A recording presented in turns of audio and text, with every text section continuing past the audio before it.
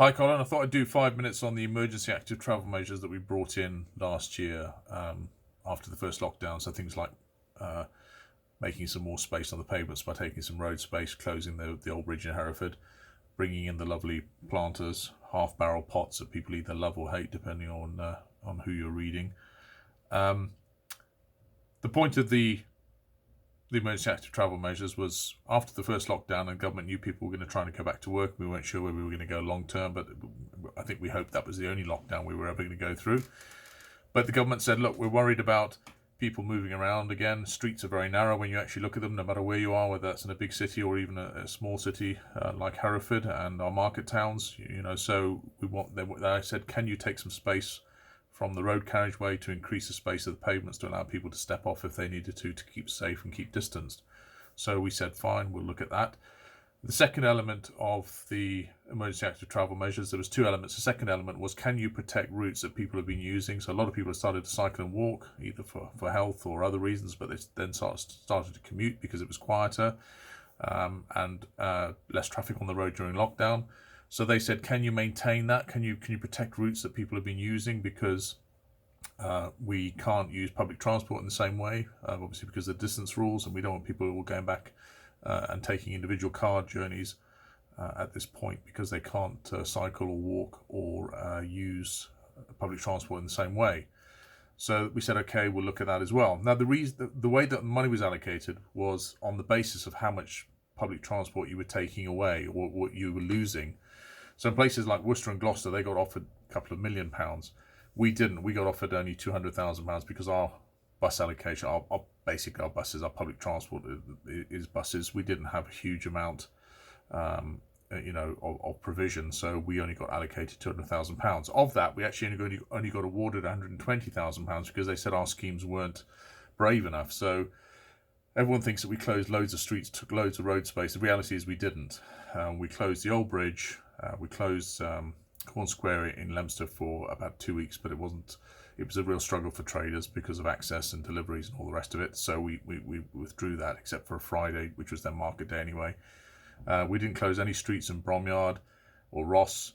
We got asked to close Kington and then they changed their mind, so we didn't close Kington either. We just reduced the speeds in all those market towns down to 20. We tried to bring in chicane so people understood there's going to be pedestrians in the street, and we did take some car parking spaces out in certain places like Bromyard and also in Hereford and Broad Street and Bridge Street and King Street, so that people could step off, so that every second or third car there was a bit of space. So that was the purpose of doing that. So we were trying to provide that safe provision. We didn't have to do it in Hightown and Hereford because it was an open space. It wasn't vehicles moving around. So that was. Many people ask me why I did it in High Street and Hightown. That's why.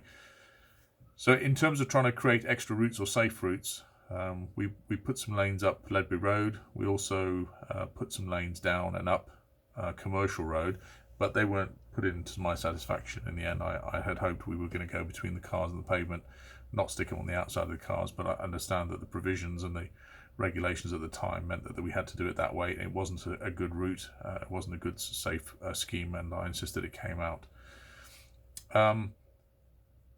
The road closure the kind of most significant road closure that we did was closing the old bridge. We did that because officers identified that was a route that was very well used by people coming in from South Wye, and in fact there's been a 38% increase in people using that road.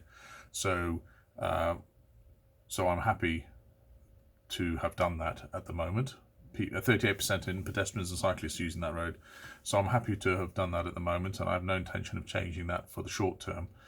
We will obviously have to consider that again when swim baths are open and see what impact that has on traffic.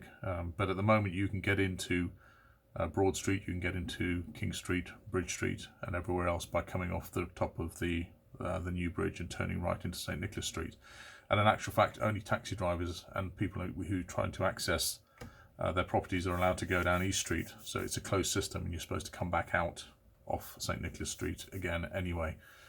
The taxi drivers said to us that they really could do with using the old bridge because they're public transport in a way, and it was hampering them. So I thought that was a good argument that they made. I spoke to people like Richard Smith and John Jones, and I thought, that's a fair point. So we allowed them to use it as well as buses and obviously cyclists and pedestrians. Initially, when we first did it, it looked pretty horrible because we had to use utility barriers because we were trying to do things quickly. We tried to consult as widely as we could, as quickly as we could. The whole point of these measures would be supposed to do them quickly and adjust them as we went along. We replaced the barriers with our pots, which everyone say, were either lovely or horrible, and rumours that they cost millions of pounds. They cost £25 each from Giles at Breaking Vintage out at Wellington Industrial Estate. We try to keep all our costs down as much as possible. As I said, we were only allocated about 120. We had to put some of our own money towards that as well. But essentially, we try to keep it as cost effective as possible. Everything we did, nothing's perfect, but everything we did is because we were in the middle of a serious crisis, and we continue to be in a serious crisis even up to this date. And some of the silly comments that I see just kind of make my blood boil when I know the amount of people that have died or losing their, are unwell, and the implications it's had on people who've had to look after them, including our NHS staff. So we will see where we are when we come out of this lockdown. We'll make adjustments, but at the moment, I think things are going to stay as they are, and there's a reason why we're doing this.